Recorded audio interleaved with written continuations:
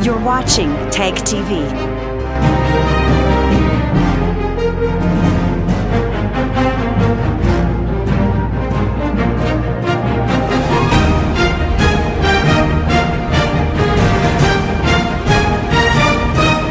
You're watching TAG TV.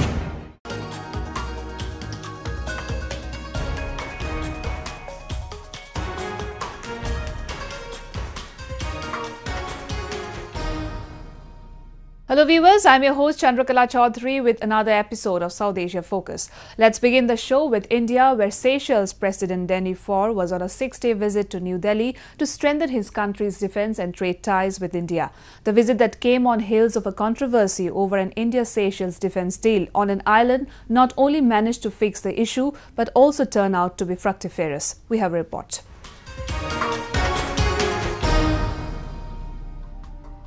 In the midst of an escalating controversy following government and opposition stalemate over Indian presence in Seychelles waters, President Denis Faure paid a 6-day maiden visit to New Delhi. The visit not only aimed at clearing the air around the controversy but also cementing the relationship between the two countries. Faure met Indian Prime Minister Narendra Modi and reviewed the entire gamut of bilateral ties between the two nations. Both leaders asserted on strengthening defence and trade relations. Both the leaders, keeping each other's interest in mind, also reached a converging point vis-a-vis Assumption Island and agreed to work together. Assumption द्वीप project के संबंध में एक दूसरे के हितों के आधार पर मिलकर काम करने पर हम सहमत हैं। नेविगेशन चार्ट्स की उपलब्धता को सुधारने के लिए हाइड्रोग्राफी सर्वेस करने के लिए हम व्यापक रूप से सहयोग कर रहे हैं। इस प्रयास के हिस्से के रूप में हमने आज वाइड शिपिंग डेटा के आदान प्रदान के लिए एक MOU साइन किया है। The two countries also signed 6 memorandums of understanding, including Indian assistance for implementation of small development projects, cooperation in cybersecurity, technical agreement on sharing white shipping information. India also offered a second line of credit of $100 million, which the Seychelles president says will be used to improve defense infrastructure of his country. मुझे Seychelles के defence के लिए 100 million अमेरिकी dollar credit के रूप में देने की घोषणा करने में प्रसन्नता हो रही है। इस क्रेडिट से सेशल्स अपने मैरीटाइम कैपेसिटी को निर्मित करने के लिए भारत से रक्षा उपकरण खरीद सकेगा। We will benefit from a second line of credit that will help with the infrastructure of our military defense forces in Seychelles. Faure also met Indian Foreign Minister Sushma Swaraj, who presented him a German Dornier aircraft to boost defence ties between the two nations. It is a gift from India ahead of the celebrations to mark the National Day of Seychelles on 29th June. I am sure this aircraft will give a quantum enhancement in maritime reconnaissance and contribute towards keeping the vast EEZ of Seychelles free from maritime threats. Seychelles is also strategic importance to India as it lies close to global lanes of shipping and commerce and is an important base in the fight against seaborne terrorism and piracy in the Indian Ocean region. According to India's Ministry of External Affairs, relations between India and Seychelles have been characterized by close friendship, understanding and cooperation, while Seychelles has described itself a rock of dependability for India in the Indian Ocean region. Moving on, members of the Pashtun community with origins in Pakistan and Afghanistan recently held protest against the Pakistani army in front of the office of the United Nations Human Rights Council in Geneva. They were joined by Baloch and Kashmiri activists who have been facing persecution in the hands of Pakistani security forces. A report. People who are rising against the terrorism, what Pakistan took them in the Pashtuns from Pakistan and Afghanistan held anti-Pakistan protest in front of the United Nations during the ongoing 38th session of the United Nations Human Rights Council in Geneva. They shouted anti-Pakistan slogans, an alleged Pakistan army for carrying out atrocities on Pashtun people in Khyber Pakhtunkhwa, FATA and parts of neighboring Afghanistan. Pakistan ने 40 साल से अफ़गानिस्तान और पख्तूनख्वा में अपनी दहशतगर्दी, अपनी जुल्म और अपनी दहशतगर्दी की इंतहा करके और अभी जो पश्तून कौम जो है अभी पाकिस्तान के तहत और अफ़गानिस्तान में अभी यूरोप में जितने भी ममालिक हैं इन सब में इसी तरह के जद्दोजहद करके मैनिफेस्टेशन करके प्रोटेस्टेशन करके बाहर निकले हुए अपने हुकूक मांगने के लिए, क्योंकि 40 साल से ये हम पर जुल्म कर रहे हैं, हम पर सितम कर रहे हैं, ना कि सिर्फ पाकिस्तान में बल्कि अफ़गानिस्तान में भी ये चल रही है, हमें मार रही है, हमारे हुकूक को ले रही है, हमारे बच्चियाँ बिधवा हो रही है, हमारे औलाद यतीम हो रहे हैं, हमारे स्कूल ख़राब हो रहे हैं, हमारे ज़िंदगी ख़राब हो रही है.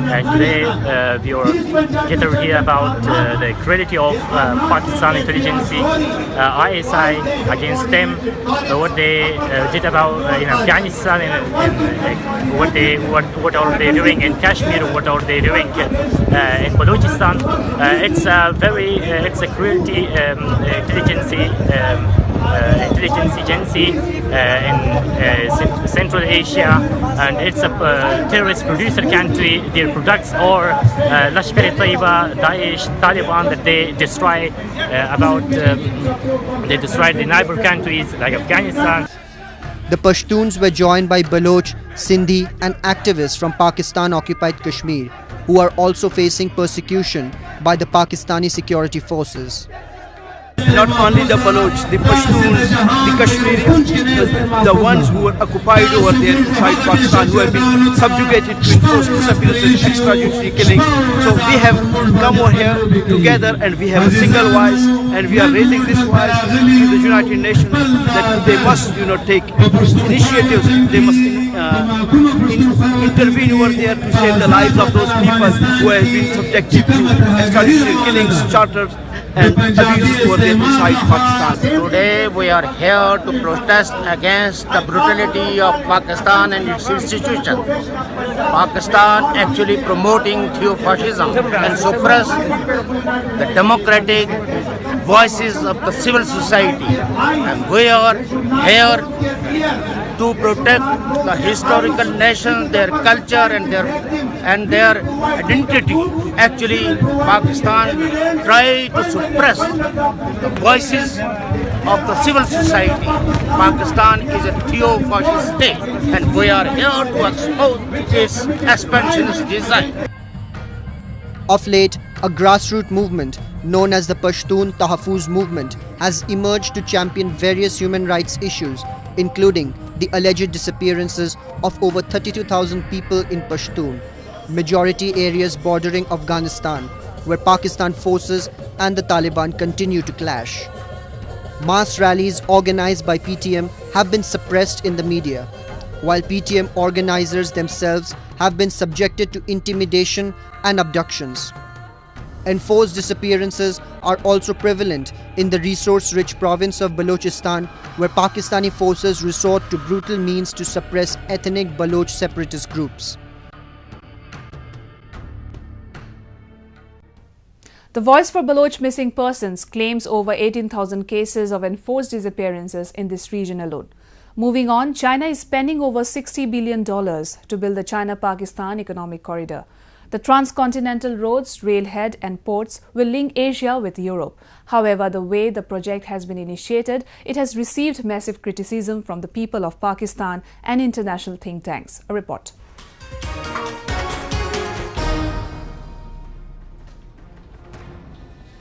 The European Foundation for South Asia Studies, EFSAS, has recently warned in its report that Pakistan's growing dependence on China for development projects such as a $62 billion economic corridor under the Belt and Road Initiative could turn the illegally occupied territory Gilgit-Baltistan into a colony that would look to Beijing for its day-to-day survival. The CPAC aims to link Gwadar port with Xinjiang and create a network of rail lines and highways, industrial zones and power plants. What we have seen in our research is that the common people of Pakistan are kept very much in the dark about what this CPEC actually entails. When you look at the numbers, you can see that, for example, the trade deficit between Pakistan and China between 2012 and 2017 has more than tripled from 4 billion to almost 12.9 billion. How did that happen? You know, when so much money is being pumped in from China's side, why is there such a big trade deficit? Chinese funds are coming at a very high cost, which will inevitably impose long-term negative repercussions on Pakistan's ability to pay back. For instance, if looking at electric power projects, which constitute the biggest share of the CPEC portfolio because Pakistan experiences its greatest deficiencies in this sector, indeed, those electric power projects might diminish the electric power shortfall in the upcoming years. However, this will happen at the very, very high price, especially when taking into account regional competitors. The much-touted CPEC project is witnessing an opposition by the people of Pakistan and Gilgit-Baltistan. There are accusations of acquiring private lands without paying dues to the people. China has taken advantage of Pakistan's isolation on the global stage because of allegations of sponsoring terrorism, and this patronizing attitude will only turn Pakistan into a colony which will always require China for its day-to-day survival. We feel that all the provinces and of course the people including in these disputed territories like Gilgit-Baltistan are not happy with the CPEC because it is using their resources, but they are not getting anything back for it. A lot of land has been grabbed in order to build roads and rail networks. These people have been given rates which is far, far below the market rate. The people, their resources in Gilgit-Baltistan, for example, like glaciers, waters, everything is being used, and they are not getting appropriate rates because they have not been part of the decision-making process. So, few things: transparency, making the people part of decision-making process, letting the common people of Pakistan know what it actually means for them and at what cost is coming. And Pakistan should also be very, very wary about the fact that it does not turn into a colony of China. The people of Pakistan are also opposing the CPEC project as they blame Islamabad and Beijing for exploiting their land and other resources without providing them basic facilities and jobs. Recently, the activists from Balochistan organized a protest outside the Chinese embassy in London demanding the project to be stopped. Terrorist army! Pakistan army! Rapist army! Pakistan army! Baloch one! CPEC is part of the Belt and Road Initiative being spearheaded by China to build transport infrastructure across Asia and Africa. Moving on to Bangladesh, where the Rohingya refugees have been reeling under multiple problems. On one side, an imminent monsoon season has forced them to flee the flimsy shelters, while on other, people are consuming contaminated water, owing to an acute shortage of potable water. The authorities in charge and various other organizations have also warned serious waterborne disease likely to hit the camps under extremely unsafe and unhygienic conditions. A report.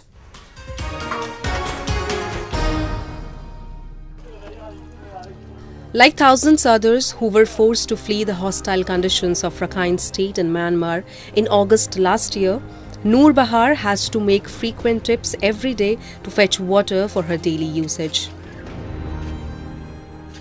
Owing to an erratic water supply and an absence of adequate number of containers to store water, she fills them up 4 to 5 times a day. She also has to prioritize the use of water for drinking, cooking and other purposes. Mani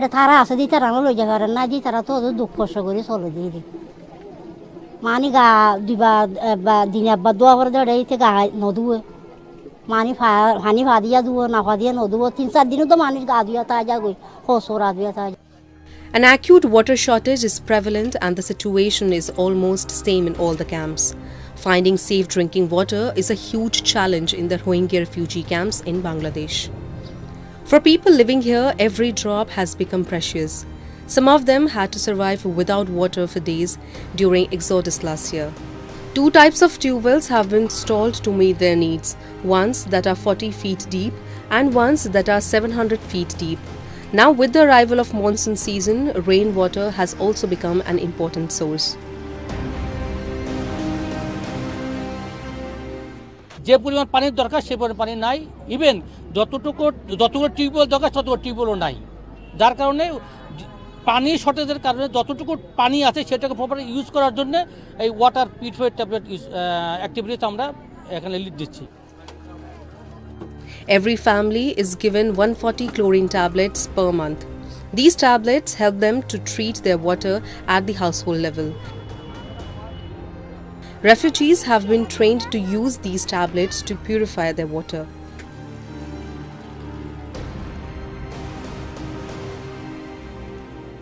আরারে ওষুধ জিন দের ওষুধ লরে আমানি দিরে যতরান ওষুধ হাইভারি বালাগুরি funny এতরা হাইভারি যদি ওষুধ ফাইদি তরা না fun না ফাদি তরা হইলে বালাগুরি hyena পারে রেলা আইরন ওলা ফানি হাওরের। Despite extensive efforts to contain the sufferings, the authorities have little to cheer for, as primary health centers in refugee camps are flooded with patients. Doctors have their hands full as there has been a spike in the cases of severe diarrhea. 2/3 of patients visiting the doctor are children, as they are more prone to infections. Children are the most susceptible to disease spread due to water contamination, and they rarely know that the water that they are playing with could end up being fatal. Around 50 to 60 patients go to health centers daily. There is no drainage system in the camps, and doctors fear that the monsoon will worsen the conditions. Now moving on to Maldives, where the political crisis doesn't seem to be ending any soon. Opposition leaders who have repeatedly accused President Yamin of being an autocrat for exercising extreme high-handedness in muzzling the voices of dissent have launched a fresh attack, calling him a stooge of China, expeditiously working and assisting Beijing to achieve its business and strategic interest in the island country. A report. While interacting with the media at an event organized by the Press Club of India and South Asian Women in Media, former Foreign Minister and a senior leader of the Maldivian Democratic Party, Ahmed Nassim, launched a fresh attack on the incumbent Maldivian President Abdullah Yamin, calling him an authoritarian who has undermined the democratic institutions of the country with the tacit support of Beijing. He says all constitutional bodies were working at the commands of the president, who himself was acting at the behest of China. One only needs to look at the huge changes that have happened in the past 5 years. President Yamin's first term in office, to get an idea of what he plans to do next. President Yamin has used his first term in office to systematically destroy the country's democratic institutions, undermine the rule of law, and trample over the constitution. He has hounded all of his political opponents, both from the opposition and from within his own party. All opposition leaders are currently in jail or in exile. His troops are stationed inside the parliament. Today we are having a session of parliament because he wants to bring changes to the election law. I don't know what the changes are. None of the parliamentarians actually had any idea what the changes are going to be. They have just been given those papers now and they are deliberating on it. An expansionist China, he says, has already taken control over several islands in the country and was poised to take control over the whole country if a compromised Yamin was not voted out of power. China has lent enormous sums of money for corrupt and overpriced infrastructure projects settling the country with astronomical debt it cannot afford to repay. The Maldives is in debt up to its eyeballs to Beijing. And Beijing knows full well we cannot possibly service this debt. By 2020, some analysts estimate that 30 to 50% of the Maldives government budget will have to go on debt repayment to China. Nassim sought an immediate intervention of the international community led by India to help restore democracy in the country and oversee elections, for he is certain that President Yamin enjoys no popularity amongst the masses and is poised to lose if fair and transparent methods are used to conduct the polls. It is worth noting that President Yamin is not popular in the Maldives. In fact, as the result of the recent local election show, he is deeply unpopular. The reason why he is trying to steal the upcoming election is because he knows he cannot win in a fair election. The political situation in the Maldives nosedived in February after the Supreme Court of the country ordered the release of all political prisoners, including the former president Mohammad Nasheed, stating the trial against them unconstitutional and violative of international laws. Citing security reasons, President Abdullah had imposed a 45-day emergency under which former President Maumoon Abdul Gayoom and 2 top judges were arrested on charges of trying to topple the government. The Indian Ocean Archipelago will vote for a new government on 23rd September. Moving on to Ladakh region of India that recently observed a 2-day monastic festival in the famous Hemis Monastery.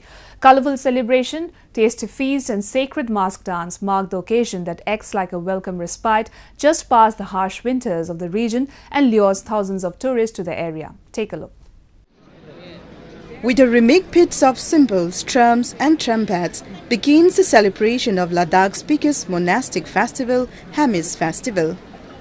Thousands of locals and tourists congregate at the courtyard of the monastery to celebrate this spectacular 2-day event. Held on the 10th day of the Tibetan lunar month every year, the festival commemorates the 3rd anniversary of the Guru Padmasambhava, the founder of Tibetan Buddhism. Buddhist priests in Ladakh celebrate this festival with immense faith.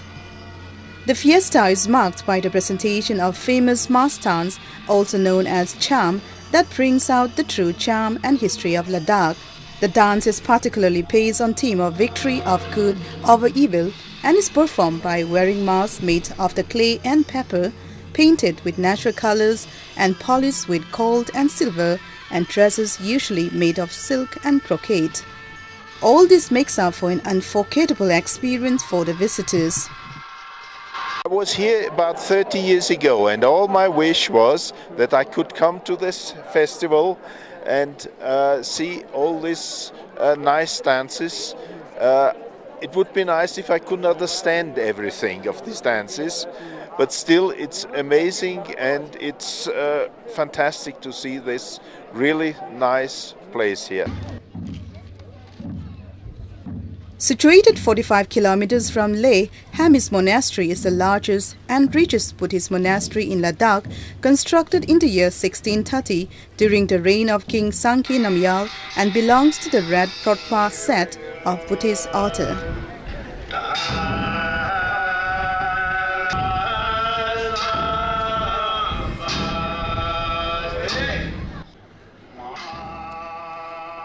The monastery is mainly popular for hosting the annual 2-day event, during which people from across Ladakh region as well as from across the globe gather at the monastery to witness the magical festival and its performances.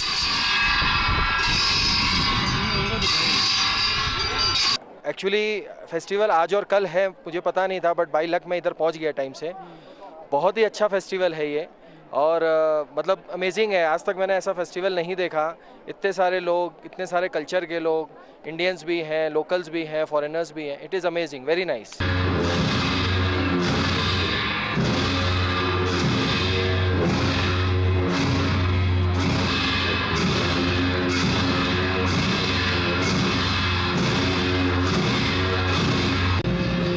The festival represents the rich culture and traditional heritage of Ladakh and tends to revolve around the celebration of life and rituals to ward off evil and attract peace.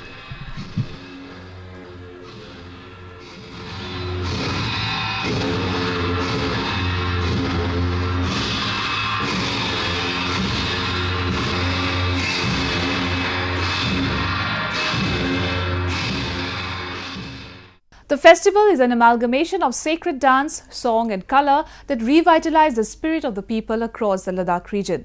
With that, we come to the end of this week's episode. See you next week. Goodbye and take care.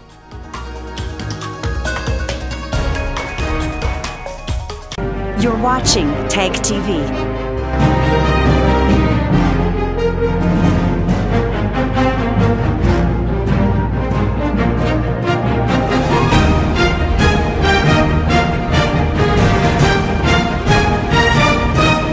You're watching TEG TV.